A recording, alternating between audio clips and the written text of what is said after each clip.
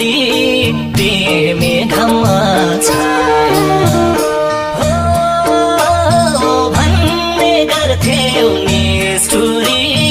तिमी घाममा छाया आउँदो रहेछ सम्झना त